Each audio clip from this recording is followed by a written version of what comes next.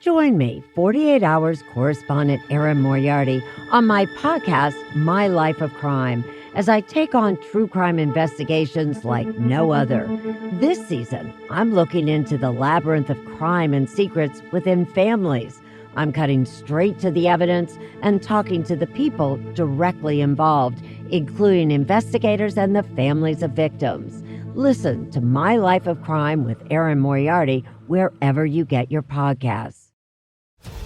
This episode is brought to you by Marvel Studios Echo. All episodes streaming January 9th, only on Hulu and Disney+. Rated TV MALV. Viewer discretion advised. Maya Lopez has betrayed her mentor, the notorious Kingpin. Now on the run, she returns to her hometown to prepare for the biggest fight of her life. Don't miss Marvel Studios' hardest-hitting series yet. An epic 5-episode event. Marvel Studios Echo. All episodes streaming January 9th, only on Hulu and Disney+. This episode is brought to you by Bumble. Ladies, Bumble is in your corner. They remain dedicated and committed to supporting women, providing a safer space to build kind and meaningful connections. And the way they see it, every day is International Women's Day. So this year, to show their ongoing support, Bumble is investing in the next generation of women making moves for a better tomorrow. Make your move and join Bumble in supporting women. Visit bumble.com/IWD. Tell me when to put on my headphones. Oh, we don't need them yet. Must be love on the brain. Woo! Got me feeling this way. Let's go. Are we ready? Are we ready? We're ready? Blue, cause it's me so good and I can't get enough.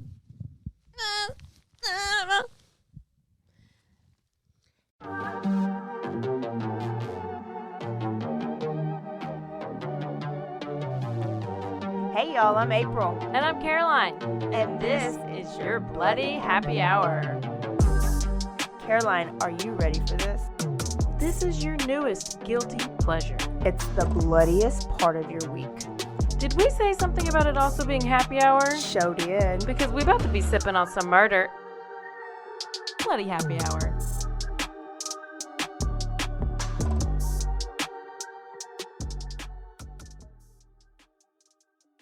Hey, y'all. This is April.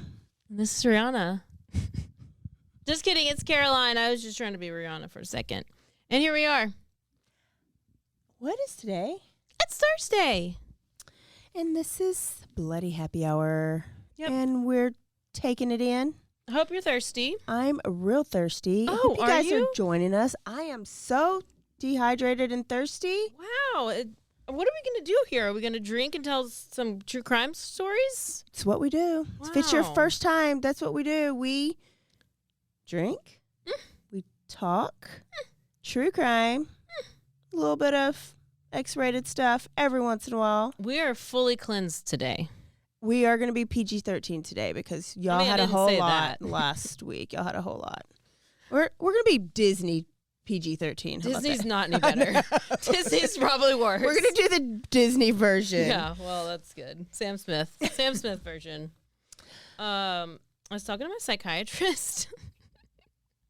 It's a good way to start. No, but I told her I started listening. doing a podcast, or that I was doing a podcast, and she's like, "Oh, what is it?" And I was like, "It's a true crime." And she was like, "I love true crime." And I'm like, "I ain't telling her what it's called." And I didn't. She finds me. She'll find it. If you're listening, hi. My therapist knows. She also knows that that's probably why I'm really paranoid about things, because what do we fill our head up with all the time? Oh, yeah. I mean, And now I don't trust anybody. Oh, I don't trust anybody, but I don't feel like I'm that paranoid. Oh. Let me tell you this story. I'm under paranoid. Fast forward through this. You are 100% under paranoid. I needed a zip tie. Did I tell you this story? No. Do you know what a zip tie is? Yes. Okay. A zip tie is a zip tie. Okay. I needed a zip tie for my. This is how old I am. They need a zip tie. I'd be like, "Who are you trying to murder?" Listen, Clearly. my handle thing broke on my bird feeder, so I needed something to hang it up with. So I was like, "Sweet Pea, do you have a 80? zip tie?" I know, I'm 80. Do you have a zip tie? And he was like, yeah, right there in my lunchbox. He had a whole bag. So then I'm like, is he a killer? There's no reason in the world. I was like, why do you have zip ties? I need 3 reasons why you need them in your lunchbox at arm's reach. First of all, why do you have a lunchbox? Grown man. Second of all, why do you have zip ties full in your lunchbox? So I he can't even have zip ties without me being paranoid. Well, it's probably for the kid he's keeping in the basement. The woman. Yeah, not the kid. Yeah. The woman he's keeping in the basement. That's been in there for a couple of years. Yeah. Since she was transferred from her old house to this house. I know, and you didn't even see her. Not even once. But that's how paranoid I am that I was like, why does he have zip ties? Well, why do you just have zip ties? I still don't know why they're in his lunchbox. He takes his lunch to work every day. Okay. And he says that he needs them for whatever reason because he drives trucks. Maybe they need them in big trucks. I don't know. He's a truck driver. I'm still questioning him. Zip ties. I know. He fits the profile. But he's black. At least I'm not going to be He doesn't shocked. really fit it. If he was like white guy, for sure he'd fit then, He'd be number 1 serial killer. Yeah. That's kind of why I was just like, well, you know. Well, I guess we'll find out sooner or later. Sorry for the tangent, but we are getting back on it. Caroline, where should they go if their husbands or wives are not very groomed downstairs? Oh, the only place that there is to go, which is Manscaped. And just go to manscaped.com, and then you can get 20% off if you enter code BHH. I ran into a listener this weekend at Sausage Fest, speaking of Manscaped, and they ordered their husbands some for Black Friday, and everybody is enjoying it. You can't just say Sausage Fest and expect me to move past it that quickly. I mean, that's why I went over it really quickly. I mean, come on. You know how I work here. It's not going to happen. Is that just a festival with a bunch of sausage? Why did you invite me? I'm single. Not those kind of sausages. It's deer sausage. Friend of ours, they like go deer sausage. They go deer hunting all Maybe season, I need to put and some they in the freezer. Okay. I do eat sometimes. Yeah, we'll see. I'm not slaying my food and throwing it on the floor and pretending to eat it. Moving her food around. I've been accused of that. So many people. It's very strange. Must be true. So yeah, what about the deer sausage? Nothing. Just listeners order their Manscaped and they love them. Yes. Manscaped. That's where we're at. Yes. And they just fired us. And it smells so good. Manscaped is probably going to hire us again for 3 more months. But it does smell so good. And you just go to manscaped.com, promo code BHH, free shipping. And 20% off. So do it. Do it. And then while you're doing that, you might as well get you some Sigmatic cacao. Mm-hmm. Or coffee. Mushroom. Yeah. It's coffee. Mushroom-shaped coffee. It is coffee fortified. You get energy. You get mental clarity. Yeah. You grow a beard if you want. I don't know. I don't think you do. And if you do, you just get Manscaped and shave it off. Win-win. It's a win-win. So you go to go.forsigmatic.com/happy hour and you get 30% off. Oh my gosh, that's like a steal. There we go. Where are you taking us today? We're going to Australia, so jump on your kangaroo, bitches. Wait, Australia. Can we shout out Miss or Mr. DC? Yes, y'all. You know how we're working on this Dirty Chad story. Very slowly but surely. We're slowly working on it, but we are working on it. We had asked y'all to send us some ideas for like t-shirt designs or any kind of we just needed ideas. Yeah. And let me tell you, we got some good ones. Yes. We got an email with like 10 different options, and they are so freaking good. I know. We need more Dirty Chads so that we can use all of these options. I think we can use them some for like our actual like Bloody Happy Hour stuff. Like there's one that I want to, I got ideas. Okay. But thank you so much, DC, for sending us that email with those amazing images, whatever you call them. And you guys will see them soon because there will be a Dirty Chad. Bloody Happy Hour presents Dirty Chad shirt and whole different graphic logo. It's going to look great. So stay tuned. Stay tuned. That. because you never know when it's going to be And if you're brand new, Dirty Chad is Caroline's narcissist husband she used to be married to. That's called the ex-husband. Ex-husband that she used to be married to. And she's going to tell that story. And crazy enough, DC had her own Dirty Chad. Yes.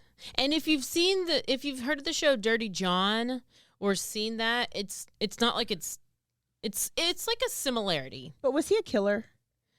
Dirty John? Uh-huh. Did he? I don't know.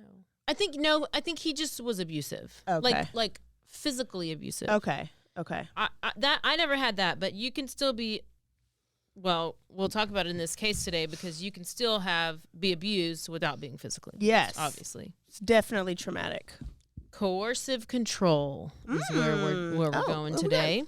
Are these big words? Listen, since I got this new boss lady, she's making you read the dictionary. No, she will read. She'll say words, and I'm like, what does that mean? And you'll have to look it up. And so I started writing down on note paper. On note paper? You know how I like to do. So then I've started to use the words back.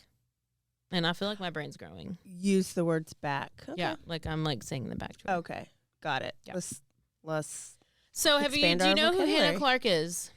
Yeah, she graduated from Conley in 2000. No, this one's Hannah Clarke from Australia. It's probably Hannah Clarke. I don't know. What's your Australian accent? Can you practice your Australian accent? No, I don't even know how. Well, can you tell me one thing that you might think a characteristic of her might be? That's not racist. That would be No, if she's murdered. Oh, is she jolly? Is she giggly? Bubbly? Yes. Bubbly. Is she bubbly? I don't think these people are all bubbly. I think they just describe them as bubbly. So if I'm murdered, do not describe me as bubbly because they'd be like, well, she was asking for it. Yeah. Yeah. So Hannah Clarke was bright, bubbly, and full of empathy. Oh, don't have empathy either. No, have some. So she had gorgeous. She's beautiful. Family, she has, it's bad. So she's living her best life. But then February 19th. So I'm going to tell you what happened and then we'll go back to it. Tell me I'm going to tell you what happened. Yeah. And then we're going to come back and I'll tell you. Yes, I'm going to start with the ending. What's the date again? February 19th, 2020. Oh, hell. I know. So that was right before the big old shutdown and right before the big COVID blast. Hannah was leaving her parents' house, taking her 3 kids to school when her ex-husband or estranged husband, Rowan Baxter, did the ultimate unthinkable act. Armed with a knife and a can full of gas, he ambushed Hannah and forced his way into the car. So Hannah and the 3 kids are in the car, he forces his way into the car. He demands that Hannah drives and just is like, drive. And she's screaming, get out of the car, get out of the car. She's trying to protect the kids. So husband Rowan, is demanding Hannah to drive. And she's screaming for him to get out of the car, trying to protect the kids. He's being violent. And she pulls up kind of like she's gone about 200 yards, like not very far. She pulls the car up almost like onto the curb of random person's house. And there's a neighbor guy who is washing his car. So she pulls up onto this curb, neighbor guy's out there, and she's yelling to the neighbor guy to call the police. Okay. Call the police, call the police. All of a sudden, the car explodes. Was it a Tesla that drove off a cliff? Maybe. No, was no cliff. Okay. And so the windows all the way across the street rattle. This is how big this explosion is. Hannah and Rowan are consumed with flames. And the neighbors are like, the guy who's washing his car, he has the hose, so he's going over there trying to hose the car down. I like it. And all they could see was this thick black cloud of smoke. Where are the kids? Aaliyah? I don't know if I'm saying the names right. Yeah, that's Aaliyah. Named after the singer? I don't know that one. Laianah. Laianah. There you go. There's Aaliyah, Laianah, and Trey. Okay. No. And they're not black. And they're white.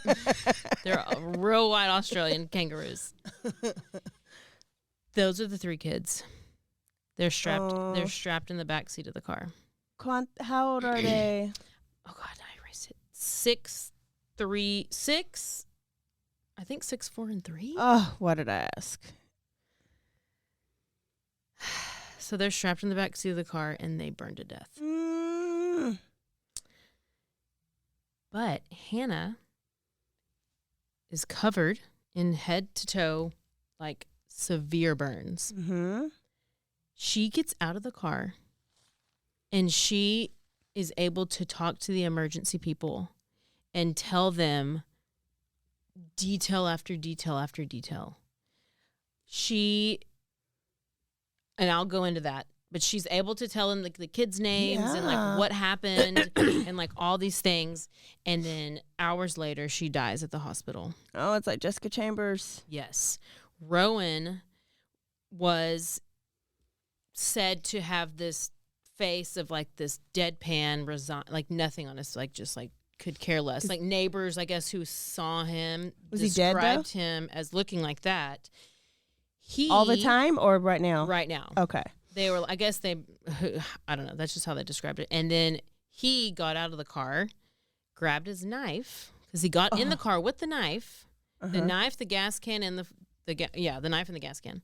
He gets out of the car, stabs himself with the knife. What? Which is what killed him. So they do what's called an inquest. This is something they do to like investigate the death to see if something happened that like they didn't take into consideration that they could have prevented the death. Yeah. So they had this is kind of like where all of this information is coming from, is from this. It's basically a hearing. Yeah. And they do like this. But it's like, you don't have it. It's not like you're trying anybody because everybody's dead. Yeah. So they're doing it just, I think, basically to like, because there's been a lot of stuff that they went to the police officer. Like she went to police before, but they really didn't have anything to get him on because he wasn't physically abusive. Okay. So they do this thing called this inquest, and it's just, so Hannah had separated from Baxter several months before all of this. And the nature of this murder, like I said, led to this outpouring and all of this grief about like Australia and the domestic violence and how it's handled. Is that where Oscar Pistorius was? But he was South Africa. But they had a lot of issues with domestic violence as well. Yeah, because this brought me back to there too. So basically what they do is they take a look back, find out if there's any warning signs that were missed, find out what Hannah did to contact any, like, did she have any support services that she contacted, and what changes should be made to stop another accident like this happening. They're being reactive, but trying to be proactive for, like, future. Yes. Okay, I like it. So throughout the hearing, the court had pieced together all these things that were, like, hidden in plain sight, and they found, which we'll go over, that this was an abusive, unhappy marriage, and that Rowan was very manipulative, controlling, psychopathic, and his behaviors were towards Hannah and to the kids. And that the moments, there was really nothing that the authorities could have done to protect them because there just was nothing in place. Yeah. There was nothing in place. Oh, there was no protocol. Yeah. I bet he's beautiful too, isn't he? Yeah. I mean, look at this. Oh, yeah. All Australian family. Like, not all American. They're gym owners, and they own CrossFit gym.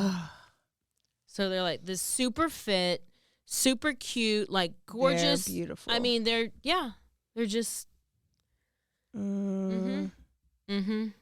So let's get into it.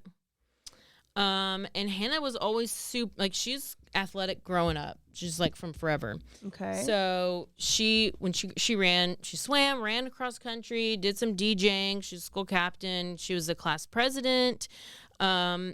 She always wanted to be able to protect herself. She was just a good person. Everybody loved her. She probably was bubbly. She just described a bubbly person. Well, I guess, I don't know what to tell you. Don't be bubbly. And now a word from our sponsors.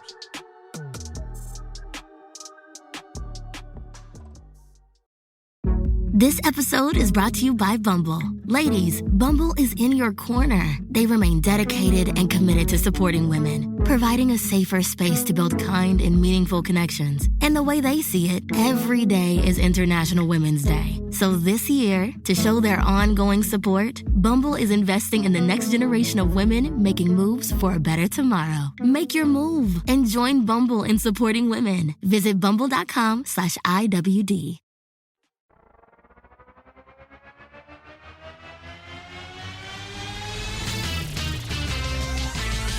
Bros and foes and heroes.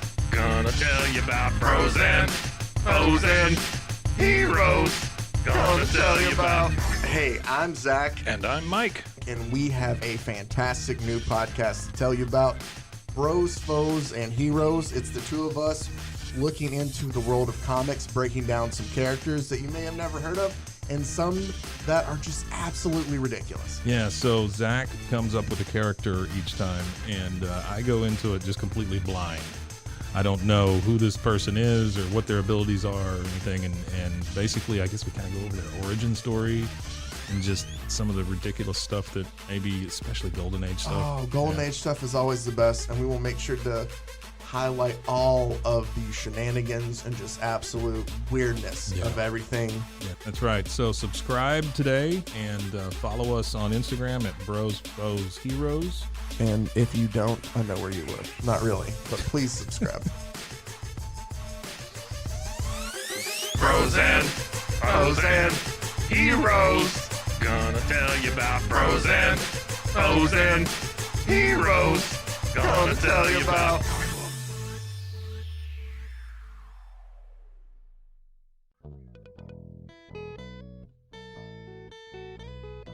Hi, this is Sarah. And I'm Carter. And this is Some of Our Thoughts. We're two Southern sommeliers, and we want to share everything we love and know about wine.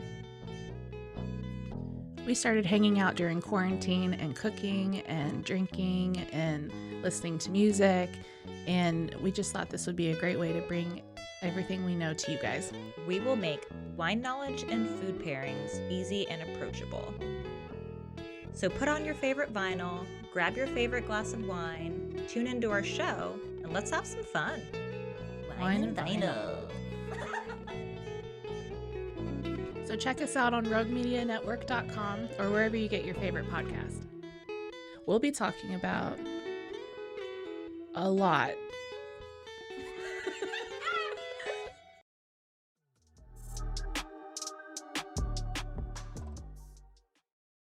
She was a school captain, so that's like our which is class basically president. like our class president. So, yeah, she was natural athlete. She spent a lot of time at the gym, which this is where she ended up meeting Rowan. Okay. So Hannah Clarke met New Zealand-born Rowan Baxter when she was 19. Rowan was a former rugby player for the New Zealand Warriors. Rugby. He probably had like several concussions, and that's why he was so messed up. CTE. Yes. And that's a rough sport. Like, yeah, it's rough. That's real rough. You gotta have a lot of anger. Yeah, angry. That might be a red flag. Yeah. I think there's a bunch of those red flags. I'll read them to you later. He had a previous marriage, and he had one child from that marriage. He had proposed to Hannah in 2011. They married in 2012. They had 3 children: Aaliyah 6, Laianah 4, and Trey 3. So I was right. Yeah. 6, 4, and 3. I mean, they knocked him out. After the murders, it was reported that Hannah had allegedly been emotionally, physically, sexually, and financially abused by Rowan during their marriage. So they met in 2008. They got married in 2012, separated in 2019, and they were murdered in 2020. They were together for a while. So that means she put up with a lot in that time. Red flags. Okay. Susan Clarke, Hannah's mom, when she first met Rowan, she didn't like him. Okay. Mamas always know. That sounds very, very, very familiar. Yeah. Rowan was stocky. He had a muscular build. He was 11 years older than Hannah. So she was 19. I mean, he was 30. Oh, 19 when she got married? No, when they met, she was 19. So if he's 11 years older, I know my math ain't me mathing sometimes, but I'm pretty sure that means you're 30. Yeah. So that's quite a difference. So whenever Hannah introduced Rowan to her parents, he was still living with his ex. Red flag. Do you want to put some tick marks for red flags? But he said that because it was just for his child. Oh, yeah. They had to co-parent in the same house. Yeah. So is that 3 red flags? Okay. And, in 5 seconds, they later on find out that Rowan had actually talked about killing his ex-partner. And he talked about killing the ex and the son in a murder-suicide. Now, most of this information is coming from what we got out of the hearing thing. Okay. Yeah. And he had told a friend that he had actually driven past the ex's house with a rope, tape, and a knife. Wow. Oh, I guess the friend didn't want to talk about it. I don't know. So eventually, Rowan wins the parents over, and they're like, "Okay, we love him because they're so good at what they do." Yeah, he's lovely. He's so lovely. But then once they started having kids, their relationship kind of seemed to get a little bit sour. So they ran a CrossFit gym in Integrate and CrossFit SMC in Mansfield. Maybe for you Australian listeners out there, you know about this gym. Tell us about it if you do.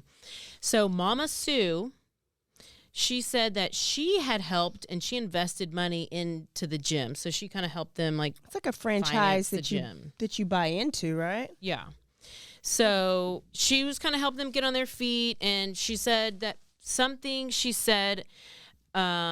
it kind of felt like Rowan thought maybe he was owned by them because they financially backed the gym, the purchase of the gym. Does that make sense? And so either way, he treated his mother-in-law like shit after the first day. The first day he met them, that was fine, but then when they started having kids, he started treating the in-laws like crap. Because he needed them to finance it, so then he felt demasculated himself, or that he felt like he didn't have the total control that he wanted because they're investors. So then they have this gym, and Mom starts going to the gym, and other people, obviously. Well, other people are like, he was like always rude to these people. He would call his clients, he'd call them like fat and ugly. No. I don't know. It's the best business practice. I'm not really sure. So he also told Hannah's mom that she didn't need to be there. And the mom was like, I help pay for this gym. I bet I'm going to be here. Yeah. He one time he was spotting her, she's maybe doing whatever, some exercise. He's spotting her. She ends up falling over and gets this big gash in her head, and he just laughs at her and doesn't do anything. Wow. It's all these weird, there's red flags. So from there, any time that Hannah misbehaved in Rowan's eyes, Rowan would punish the mom, Sue, Mama Sue. So if Hannah was rude to Rowan, he would say, "Oh, your mom can't watch the kids. Your mom can't do this." She's not allowed to watch the kids. She's not allowed to see the kids. Stuff like that. Like just anything to have any kind of control. Enough so that she would have to call her mom. She'd call her mom crying, telling her to apologize to him about whatever he thought that she did wrong. So then she Everything could see could the be kids. okay. Yes. That's why he got somebody young, too, so he can control her. So basically, at this point, being around Rowan is walking on eggshells. So throughout the marriage, Rowan would demand sex from Hannah every day. No. Every day. At times, choking her during sex, which isn't anything that was like, it wasn't a kink. It wasn't welcome. This wasn't a kink. This wasn't a IAPK. talked about thing. Yeah, IAPK. This is no LGBTQ baby CD IAPK. So Hannah's friend said that she was also not allowed to wear shorts. Oh. And they couldn't go to the beach. What? Well, I guess because at the beach, you can you can't wear shorts. You and can can't go give to my the mom a beach. gash in the head. You cannot take my beaches away from me. No. You can choke me during sex, but you not take my beaches away. So, she also couldn't wear the color pink. Does that mean on Fridays? Like I Mean don't Girls? know. What if it was like breast cancer awareness? She couldn't wear pink?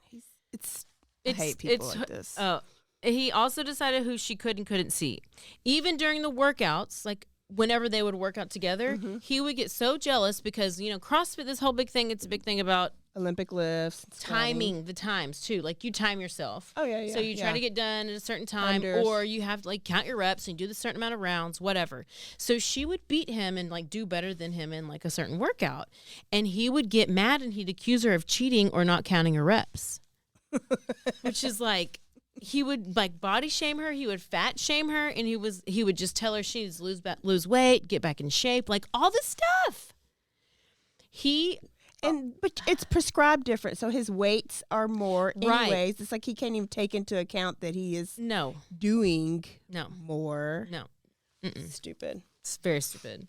So another friend of theirs said during this hearing said that he treated the kids like they were his possessions, and he was like pretty rough with them.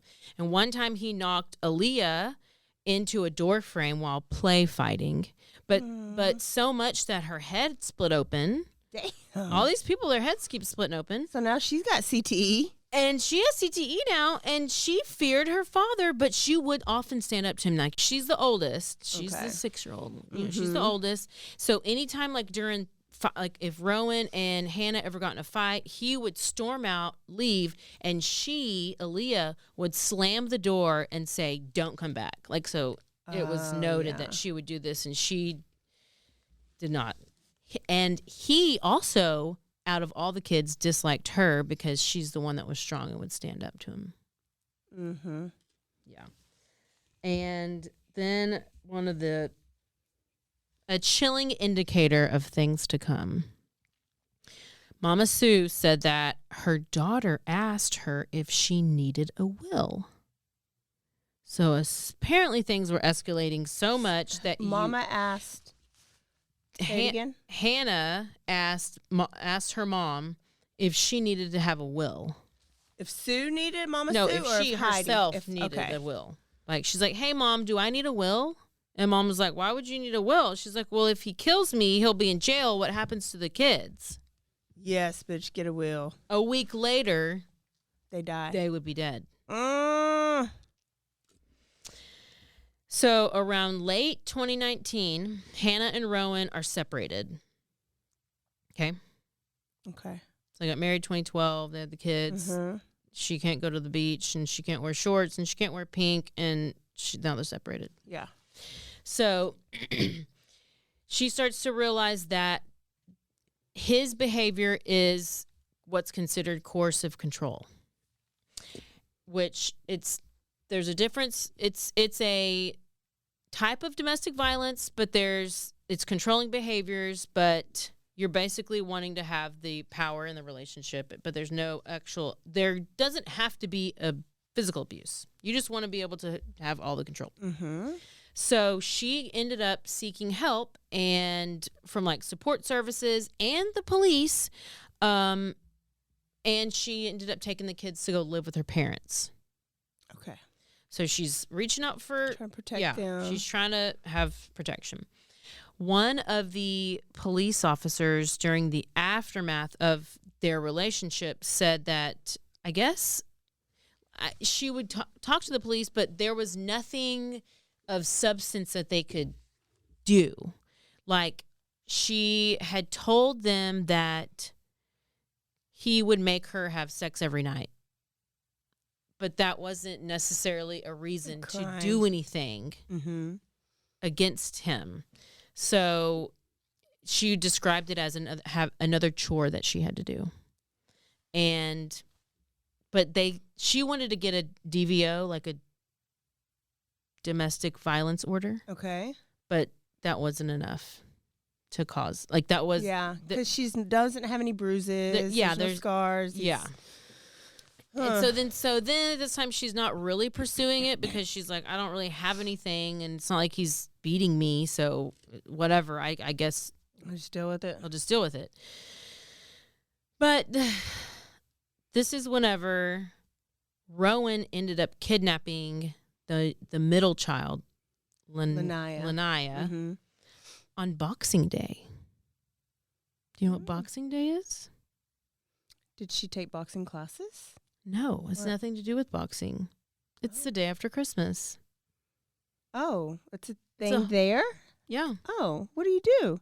I think you give gifts to the poor. Oh. Yeah. At least that's what according to my research. So, but it's the title of it's so misleading. It's very misleading. I was like, why are you calling it Boxing Day? So I Googled Boxing Day. I was like, look it up. I was like, okay, this is what confusing. Apparently it's the day after Christmas. So this is the day after Christmas. That day, they're all together, and then Hannah is all of a sudden she's like super distraught, and Laianah is grabbed. He comes, he takes her, puts her in the car, speeds away.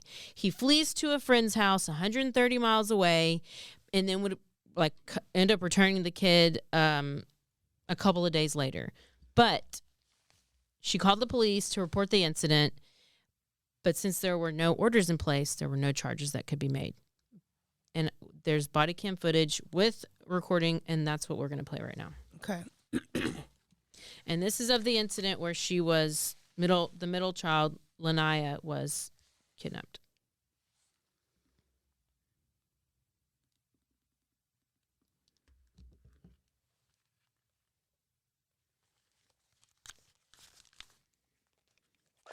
Family lawyers, etc.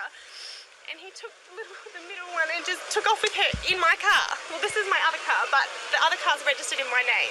Okay. And now he's telling me he won't give her back. Where would he be going? Just home? Probably home, I'm guessing. Right. And now he's trying to play games with me on the phone. No, we've been separated for a few weeks now. I'm staying at my parents. Okay. So what's led up to this? Just that you've seen each other and he's decided. Yeah, and he's decided that because I've said to him, you need to wait until we can get this sorted. Yeah. You're not having them stay with you because you won't return them. And then I'm like, you go and pull a stunt like this. The other two are absolutely beside themselves. She's pulling her eyes out. Was anything like any other words exchanged? Like, how was he acting? Or he's just said that? Just a psycho that he's taking her, and that's it. And then he just called me now and said, you either bring the other two back or I keep her. And I'm like, they were in my care. Like, they were in my care. I was doing a good thing. Yeah, of course. By letting them see him. Okay. Do you want to see if he'll come back here? Will he come back here? Where's he saying come back to where? No, to his house. Right, where's his house? Carindale. Do you mind if I just grab your surname? Yeah, Baxter. B-A-X-T-E-R. And first name? Hannah, H-A-N-N-A-H. I've been speaking with Constable Kirsten Kent at the Carina station, and we've been in talks of whether or not to get a DVO, but I the only reason I didn't is because I was scared that it would antagonise the situation more, and I thought that by keeping them with me would prevent something like this happening. Yeah, okay. It's really like you probably, as Constable Kent's probably said, it's a bit of a tough situation. Without any orders in place, there's not a great deal we can do in relation to the custody of the children. So, being the biological father, he does have a right to the child, and we can't just, unfortunately, go and take the child, even though he's acting like... Even though he's taken her away from me when they were in my care. Yeah, unfortunately, because he is the biological father of the child, we can't go and just seize the child and give it back to you. I know it's frustrating. I know, it's crazy. It drives us insane too. But we can ask him. But we can at least try and get some sort of civil arrangement back together. What's his... I don't object to him actually seeing the kids. I just... What's his name? Rowan Baxter.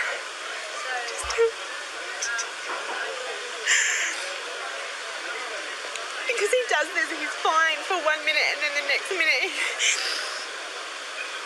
And he just does this like... Is there something going on for him at the moment, or is that how he's always...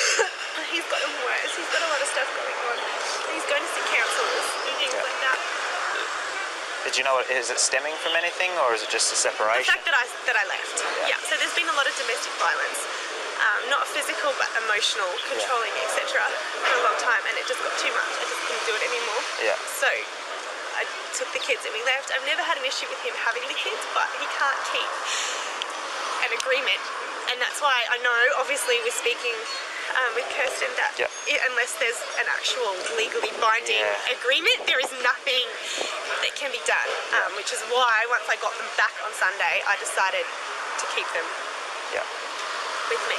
Well, we'll see what we can do today, but I can only urge you to get onto the civil... I know, and I've tried, but because everything's shut. Yeah, it's due to Christmas, the 6th of January, as they said, the earliest. Did Kirsten put a police referral in for you to get them in contact with you a bit quicker? Or did she tell you to seek your own solicitor? No, she hasn't. Okay. No, I've left a message for her over the last couple of days, but I know she wasn't working. Well, we can do that today in relation to that stuff, so hopefully that'll get on track a bit quicker. It is hard because he's so smart. He knows what he can do, what he can't do, and there's really no proof that he's dangerous. And right there, I would have thought he wanted her to bring the other kids, and he would have killed them. Then I would think if she would have did that. I just she's sitting there crying, and she seems very genuine. Yeah. It's just like, how can you not do? Like, he took because he's daddy. I know. So, in case you didn't hear all of it, basically, they were meeting up, and the dad takes one of the kids, takes away when he's not supposed to have them. He's the biological father. He has the right to the child, and the officers can't do anything about it because he's just being their dad.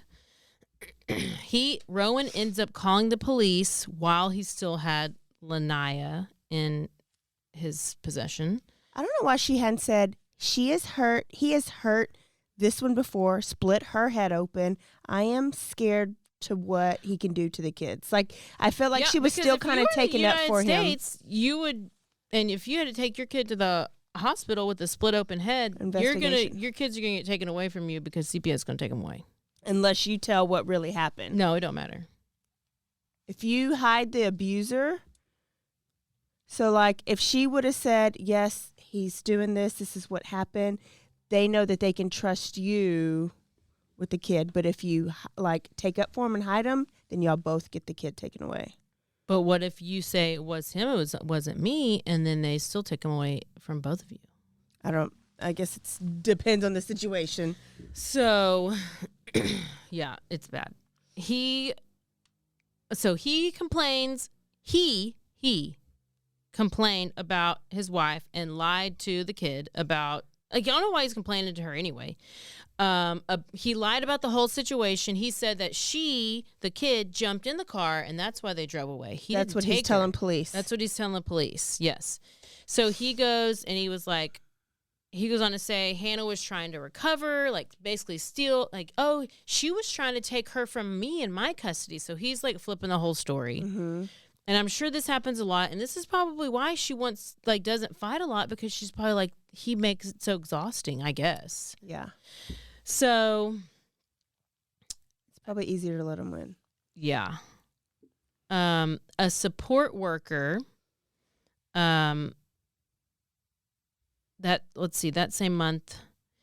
Yeah. A support worker classified, I guess, their situation as high risk because of the choking during the sex. Okay. But this information was never passed on to police. Oh, she just filed it in her folder and put it in her desk? Sounds like it. It was assumed that they knew. Oh. It was assumed that they knew. So then Hannah ends up finding a note that was on Rowan's phone. Okay. He was he would come over. This is very sporadic details because there's not like one full thing. This is all from that little hearing. Yeah. That was all the stuff that was given. So one day he was at the parents' house visiting the kids. Somehow she sees his phone. She sees this note on his phone. And this note says, it's a huge, long, written out, maybe just in your notes folder on your phone. Mm-hmm. But this is just a little part of it. And it says, the children will miss you, I'm sure. You can't fuck with someone's life like this and expect them to just take it. I'm not going to take it anymore, Hannah. Do you know how hard it is to go to bed every night without your children? I wish you have just tried. You destroyed my life and I cannot move on. I hope all of this was worth it for you and your family. I'm finishing your game. I don't want to play anymore. This was never my intention. Okay. So what'd she do with that note? Well, we don't know. But we do know that Rowan starts unraveling. I feel like he's been unraveled, but yeah. So he starts feeling pressure because now there's police. I'm sure she maybe tells the police about it because now he's getting pressure from police, courts, and is becoming more paranoid. He's running out of money because they don't have the gym anymore because the gym's closed because, they're separated and they're split up. And I'm sure mom had the gym in her name. And so he is kind of spiraling. Losing it, yeah. He's really losing it. So this is whenever he was captured on surveillance footage, CCTV, at a store buying zip ties. Oh. Uh-oh. Get them from Soupy's lunchbox? I think so. Zip ties, a gas can, and he also buys like candy for the kids. Luring. So officers ended up he goes to the store, he buys all this stuff. When was this? That was from February. So they ended up getting a warrant was issued for him in January. And this was because there was one time where he assaulted Hannah while dropping the kids off.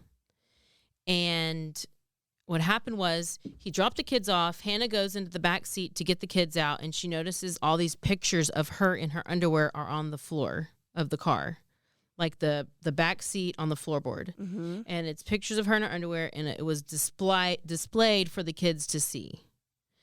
Well, apparently, she sees them. She starts grabbing all these pictures and is like, "What are you doing?" And he grabs her wrist, almost twists it she thought he was about to break her wrist. So this is why she ends up getting this warrant for him, and then he ends up spiraling even more. But he apparently, they think that the pictures he was trying to use as a way to say, look, my wife is sending me these pictures. She obviously still wants me and wants to have sex with me. What? Okay, so that was January. Then comes up February where they go, and this is where they see the surveillance footage of the at the store where he's buying all of this stuff, and he also buys surface cleaner. They also find a receipt from a gas station from February 18th where he had gone and filled up this gas can with liters and liters of fuel. Mm. So not Kinder. You know what a Kinder egg is? This must be an Australian thing. Well, he buys candy for the kids too. So the attorneys are like, okay, well, what was his plan? So they start thinking that maybe his plan was to only kill Hannah with the fuel, maybe to like tie her up, zip tie her up, light her car on fire, kill her, but have the kids with him and then pretend to have this like perfect happy family or whatever. Because why he didn't use the zip ties and he didn't give the kids the candy. I'll tell you what all happened exactly in a second. So they thought he was just going to kill. They just assumed based on the stuff that he purchased. They were trying to be like, well, did he, what was his plan? Was his plan to kill everybody? Why would he buy the candy? Because I guess because he bought all those things at the same time is why they thought that. They thought maybe he was going to he just wanted to kill her and take the kids. But he ended up killing everybody because maybe. I would think the candy would be like to lure them so you can have them all together. Yeah, but then kill them. Oh, yeah. I don't know. That's just what they said, according to my research. So February 18th, one of the last things Rowan did before the murders was call a men's helpline in an attempt for maintaining his self-image before the murders. What? Say it again? He called the men's. So he called a men's helpline. Oh, and said what? He said he wanted to go on a 10-week behavioral challenge program. Because this would put him in better standing for his battle in family court. He does not disclose his history or his treatment of Hannah or the kids. Instead, he spends the time blaming his ex, blaming Hannah for his current predicament. He tells the operator he had, quote, got to the stage where she was dictating when he could have the children. He lies about the Boxing Day abduction. Says that Laianah wanted to come with him and that his wife put a DVO on him and things got worse and worse and worse. So much so that his life turned around in 5 minutes and it was just scary and he never thought that his wife was capable of doing any of this. Oh, goodness. Yeah. He called the men's healthline. He's like, oh, my ex-wife is crazy and she's the one doing all this stuff. Well, the operator passes the numbers on of other support services for him to call. Like, so she's like, okay, here, call this number and you can get further services for your victimization situation. So he calls, but nobody answers because the operators were too busy. And the service place called, it was 24-hour place. They called him back the next day at 12:01. But by this time, everybody was dead. Oh, gosh. And we're still in February, right? Yes, because it's February 19th. So the inquest hearing. Here we go. This is the juicy bits. So this is a hearing to investigate the circumstances of death to determine whether it resulted from any kind of a crime. So this is what brought all this attention to the use of coercive control by domestic abusers. And this is what made them consider making coercive control a criminal offense. So there we have witnesses. This is basically like a little hearing. First witness was the neighbor, the guy that was washing the car. He says I heard screaming and a hysterical scream. He said very quickly this car had pulled up its front right wheel basically on the driveway and Hannah was essentially screaming out, call the police, he's trying to kill me, he's put gasoline on me. And this guy said that Rowan had his hand around her in a bear hug like situation, both arms around her, and he was sitting in the front seats. He said his demeanor was controlled. He didn't appear to be really crazed or aggressive and trying to do anything. He wasn't trying to do anything like punch her or be violent. It was just a constraining hold. And he said, my impression was he had more of a resigned look on his face. So this goes back to that look of just like nothing. Yeah, yeah. So then this neighbor is the one who approached the window as Rowan sets the car on fire. He said all of a sudden it went bang. There was just a flare. It was blackness hit his face. He turned around, turned his head briefly. When he came back to look up, the whole inside of the car was exploded on fire. Why didn't she say, "Get my kids out, get my kids out"? Well, because she blew up. Well, I meant like instead of saying call 911, I would have said, "Come get my kids." Well, she just wait. She does. And they're little. They probably can't even get themselves out. No, they can't. Yes. So, but whenever she told him to call the police, nothing was blown up yet. Right. So, we'll get there. So, the car's exploded. It's in flames. Whatever. The guy says he just grabbed the hose and tried to get her to roll on the ground so he could extinguish the flames. So I don't know if he maybe just he didn't even know there's kids in the back seat. He didn't. So I think maybe he just pulled her out, he said at the hearing he did not know until afterwards that children were restrained in the back seat. That's what I'm saying. I wish she would have pulled up and that was the first thing that she said. Get my kids. But she didn't even have time because when she pulls up, she's like, call the police. He's trying to kill me. I'd have said, get my kids. Instead of all that. Instead of call the police? Yeah. You would just say, get my kids out. Call the police, get my kids. I don't know. I know. No way. But I was like, somebody needed to know. I guarantee the man would have... I don't know. Yeah, I would think that if you know, it's a different kind of energy and you can scaredness say, when you know there's call kids the in police. The back. There's kids My in the car. kids, yeah, I see what you're saying.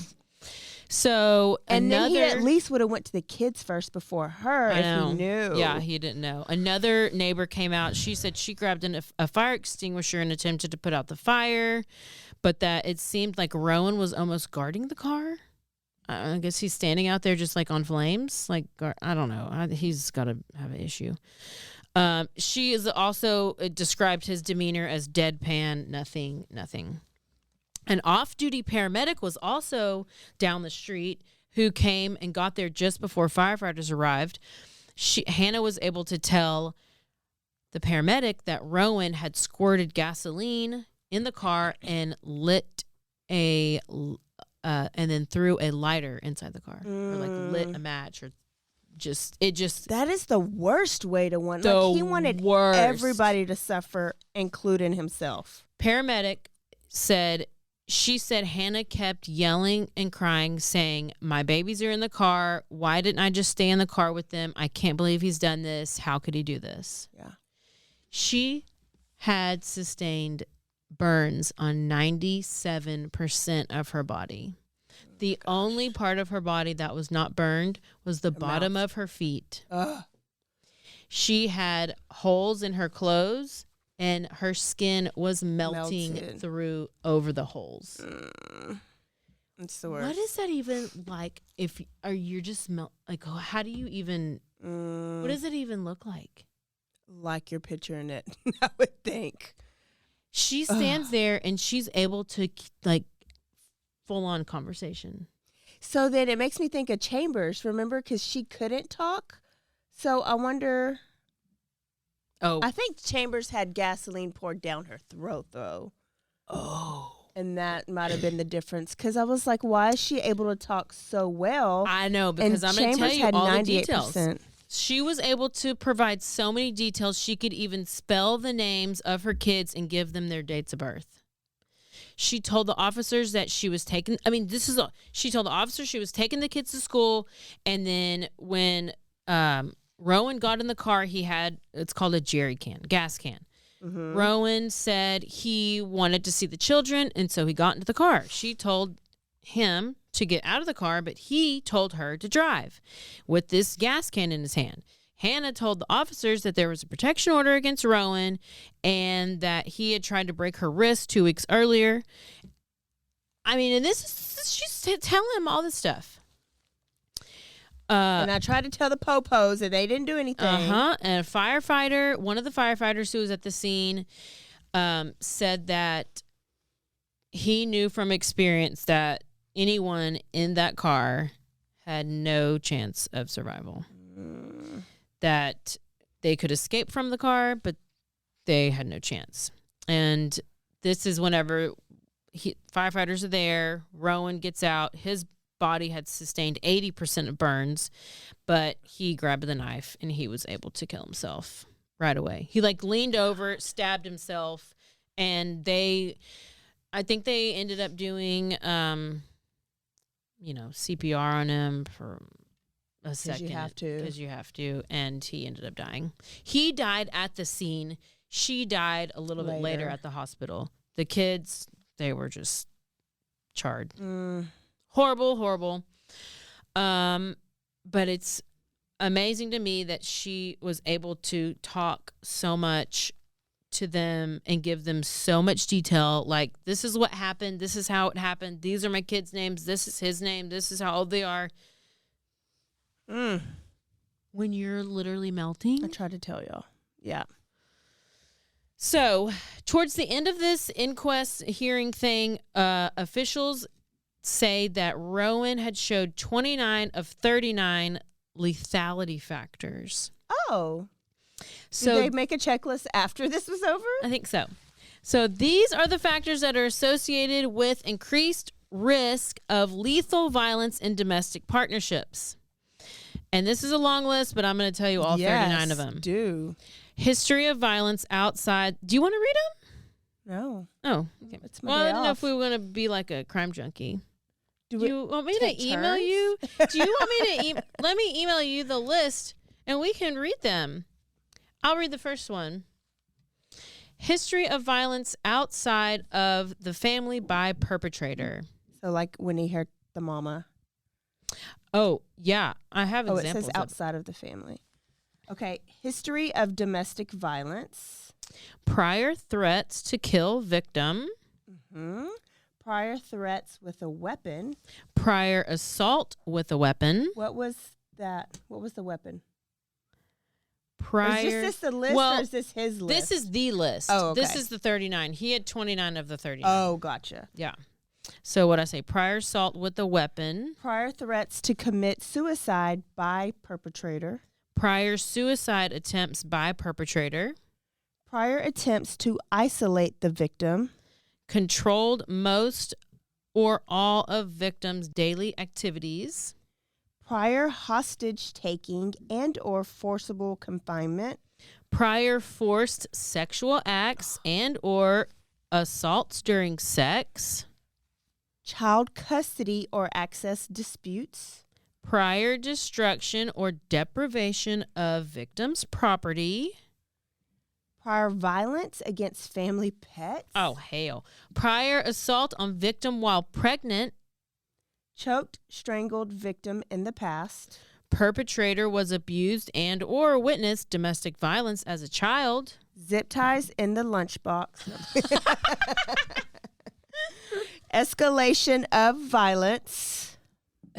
Obsessive, I thought it said excessive banter.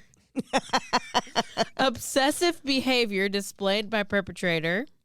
Perpetrator unemployed. Oh, hell. Victim and perpetrator living common law? What? Oh, no. Presence of... Wait, are we talking about dirty chat? What are we talking about? Okay.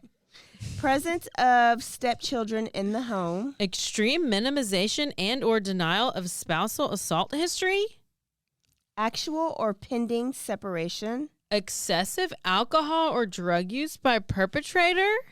Depression in the opinion of family, friends, acquaintance, or of perpetrator. Not or, of perpetrator. Depression professionally diagnosed of perpetrator. Other mental health or psychiatric problems of perpetrator. Access to or possession of any firearm. New partner in victim's life. Failure to comply with authority via perpetrator. Perpetrator exposed to witness suicidal behavior in family of origin. That I know has happened with Dirty. After risk assessment, perpetrator had access to victim. youth of couple. Like if they're young or one of them's young. Like the youth, like the age. One of them is it's just like the youth of the I guess maybe like the age of the couple, maybe if they're young. Sexual jealousy via perpetrator. Misogynistic attitudes via perpetrator. Age disparity of couple. Victims' intuitive sense of fear or of perpetrator. Perpetrator threatened and or harmed children. Oh, yeah, he had a lot. Rowan displayed 74% of these lethality factors. Since this incident in Australia has been the mission to combat domestic violence through this entire country. The mayor went on to say the system had failed to protect Hannah and the children. They have let them down, and they are so sorry for this evil that took their lives. Hannah's brother went on to say that the system was not designed for people like Rowan, people who don't care about the rules, who feed off control and fear, and who have no regard for restrictions on a piece of paper or the consequences of disregarding them. So she went on, and Marie Claire went on to make Hannah one of Australians' Women of the Year for her bravery and for just bringing attention to lesser-known forms of domestic violence like coercive control, domestic... Marie Claire, like the magazine? Yeah. Oh, okay. It's my best friend. Domestic abuse is not always violent, as we know, and just because it's not physical abuse doesn't mean that you're not being abused. And then one last thing of one last list. This is according to Healthline, and these are 9 signs of coercive control. Isolation. It's basically isolating you from your support system, monitoring your activity, denying you freedom and autonomy, gaslighting, name calling and insults, limiting your access to money, reinforcing traditional gender roles, turning your kids against you, controlling aspects to your health and body, making jealous accusations, regulating your sexual relationship, threatening your children or pets. That was more like 12. But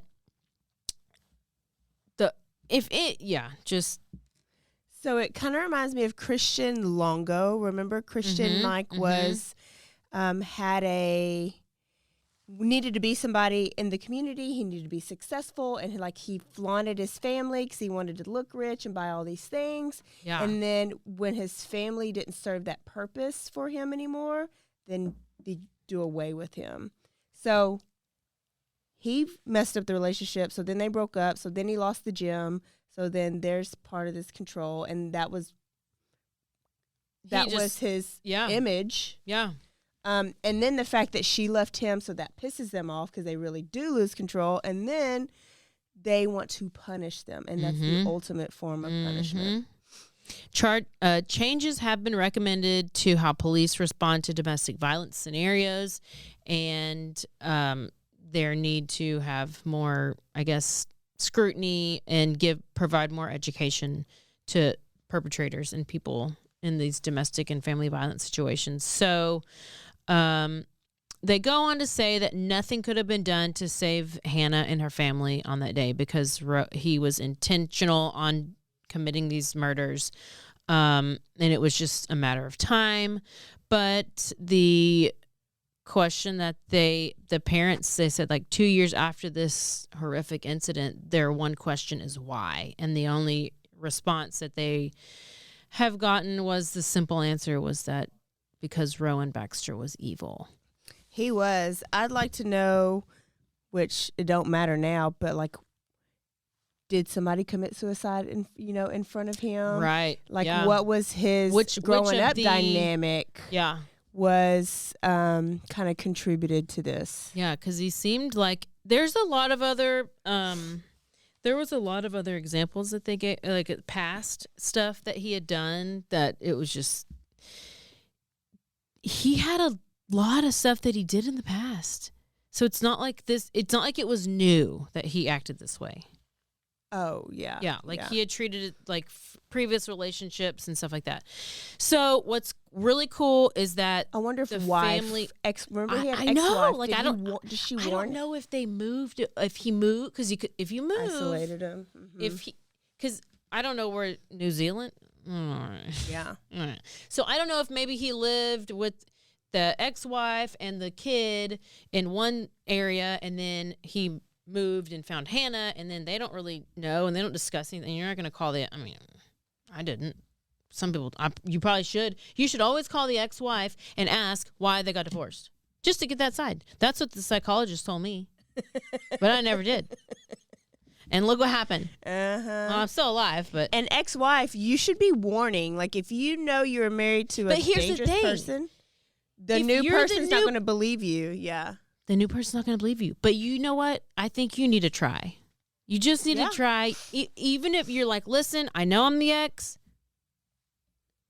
I just need to warn you about this because I deal with it. You just got to say it. I don't know. Yeah. I gave a warning out to somebody who started to go with Dirty Chad, and they experienced it, and they listened, and I showed them receipts. So it don't take much when you got lots of receipts. Have data. So Small Steps for Hannah was the domestic, I guess it's not a charity. It's just a, what do you call it? Nonprofit? Organization. It's an organization that they came up with to remember them and honor them, and it's called HALT. Together we can halt domestic violence and family violence, and it's their initials. HALT. Hannah, Aaliyah, Laianah, and Trey. Wow. In their quest to honor the four and to ensure that no family will ever have to endure the pain again, the Clarke family has started a movement for change. Small Steps for Hannah, to put a halt to the incidences of severity of domestic violence and family violence in Australia. Through Small Steps for Hannah, it is the hope of the Clarke family to harness the collective desire of all of us to make positive changes resulting to halt domestic and family violence. Take steps to do it. And apparently the logo is little feet because her feet didn't get burned on the bottom of her feet. This is sad. I know, but I feel like it was really important because these are the ones that sneak up. Yeah. These are the kind that sneak up that that's so violent, though. I mean, this is like the cutest little oh my gosh, look at that cute little family. Ugh, can you imagine like your whole, like that's your three little grandkids and you're like Mama Sue. She just lost everybody. I don't know how that Mama Sue and her mom and dad are so alive. That's horrible. That is horrible. Yeah. I remember when, because I always think about the little kids, and then you dwell on that, and did they suffer? Were they hurting? So I remember when I was young, when Susan Smith drowned her kids. Mm-hmm. I was probably like in 5th grade or something when that happened, maybe 6th grade. And I remember thinking, I had a brother the same age, and I remember thinking, Mama, like those babies, they drowned and they suffered. And so my mom told me this. She says, I really do think Jesus takes them so that they don't suffer. Like Jesus was with them, so you don't have to worry about that. And so it does make me feel better. It's still sad, but it makes me feel better that they just, you can't think about them just sitting there burning and being charred. You can't, because either way, you don't. And neighbors would have said, we heard screaming. Yes, exactly. They didn't say that. Yeah. I think you have to go into such shock. You don't even know. You can't even know what happened. I don't think. I think something like that happened so fast. Oh, burning? No. That's like a slow, torturous, horrible death. Not if it's like, no, I think if it's almost like a plane crash. Like they just blown up. Yeah, I think it just happens. It's not like you are... It's not slowly like a slow lit fire. Okay, maybe. I don't know. Yeah, I'll show you a picture of the car, but that's all we have for now. Woo! That was a good story, and that's a hard one to tell because it's hard because there's no like. It's not a story. It's based on. Facts. It's based on a details that came out of a hearing. Yeah, there's nobody telling and the story. A little bit of a few things leading up to it. So it wasn't like I don't know. I think that the reason it popped up somewhere and I saw it and I was like, Let's go to Australia.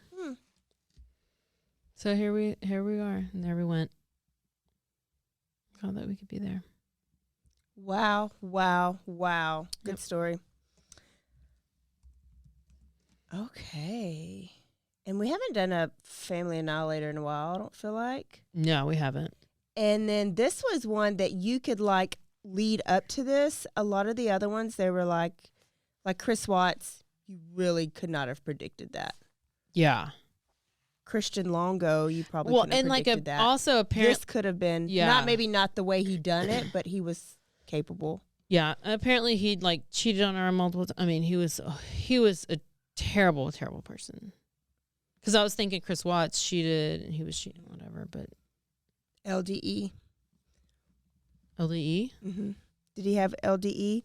Little dick energy. I knew I could figure it out. That's all the insecurity leads back to that. Yeah. Oh, that car. You can't even tell what kind of car that is. No. It's just a shell. It's a shell car. All right. Good stuff. Sad stuff. And like there's nobody to be, not like there's a court date. I mean, it just ends. Yeah, it's like it just ends. I do love that they were being proactive and they use that as like a lesson and let's prevent this from happening and let's remember them while we're doing it. And so that is the good part of this. But like this car literally exploded. I mean, so hopefully they just died on impact or whatever. That's my point of that. Good stuff. All right, y'all. Thank you for tuning in. Do not forget to go on and rate, review, and subscribe. We've been getting some more ratings, so we're going to be reading those soon. Tell us how much you loved our Swingers episode. I'm sure you loved it. I'm sure you just loved it. Swingers interview. Did we ask all the good questions?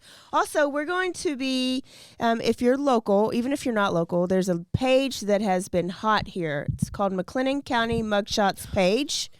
And do you know that people think we run it? Really? Yeah. Obviously.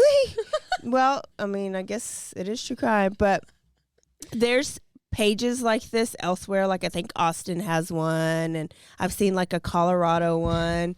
But this page has... Maybe we do run it. It is so popular. But nobody knows who the moderators are, the people who runs the page. They're very... Could it be us? Anonymous. Wow. But so anonymous because they've been getting death threats. And because apparently, and I didn't understand why, but I was like, mugshots are on the news. But I guess not every mug used to. No, you could... I'm telling you, this is my thought in my head. I was like, why are they getting? Why do people care about their mugshot? They're on the news, but I guess they're like digging it out. Like they're going and like getting, and they're like, hey, let me get every mugshot from today and blast it out. And it's easier to find. You don't have to dig for it. Well, there's a website that's called McLennan County Mugshots that before this page, you could go on and you could search to see who's in jail, who's gotten arrested every day. I have a friend that did it before she started her day. She would check the page to see who got arrested. Yeah, very much public information. These people are just posting it to Facebook now. So I didn't know, as nosy as I am, I knew you could see arrest records. I didn't know you could see mugshots for every day. So that's kind of what I check every morning. Pleasure. Every day. When you're on the toilet, you go and you check. Yes. Yeah. Constantly. So everybody that's arrested throughout the day in McLennan County, their mugshot is being put on and what they did. I am the person who People's lives are getting least ruined. About it. People's lives get ruined because used to you could get... Wouldn't you be ruined for going to jail? How would anybody know? Used to you could get arrested and nobody knows. Nobody knows? Besides the people who arrest you and the people you call to get out. Oh. Like your work didn't know about it? You don't have to tell your... You don't I mean, not every job do you have to tell. Depends on what you do. And then you don't have to tell them that day. Oh, I didn't know. I literally didn't know any. I just thought like... So now people are getting arrested and everybody is seeing it. why Thousands and thousands and thousands are seeing it. And then there's comments on there, and there's horrible comments on there. Don't get arrested.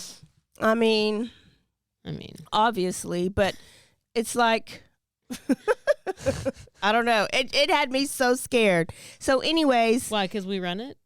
No, it's I had a dream that I got arrested for controlled substance. And I was like, what do I have that could be a controlled substance? It got you scared to not want to do anything to get on that page. Yes. Not that people thought you might run the page and they're going to send you death threats. No, I don't run the page. Y'all would never know who got arrested, leaving it up to me, because I wouldn't follow up on that. But maybe I run the page. People have reached out to them and asked so many questions. Yeah. So they've reached out to us, and they are going to answer all your questions. I said all that to say, send us some questions, because we are interviewing the McLennan County mugshots. The anonymous people. We are getting an exclusive interview with the people who run this page. Except for you're not going to hear them or see them, because it's still anonymous, and they're pretty scared. Like they're getting death threats. I think They've could had do to a voice changer. block about 500 people. So send us your questions. We will get those all out, and then we'll put that in just as a separate episode that'll come out like on a random day. If you even care. If you don't care, then don't worry about it, and that's it. But if you have questions, I think you should send it to us. Yeah, because we could probably answer them. Hey, I do not run that page. Don't be jumping me when I'm at HEB. Please jump me. I'd love to see you try. I'm very tall. Okay, y'all, this is it. Don't forget to stay aware, stay alive, and always be DTF. Bye, y'all. Bye.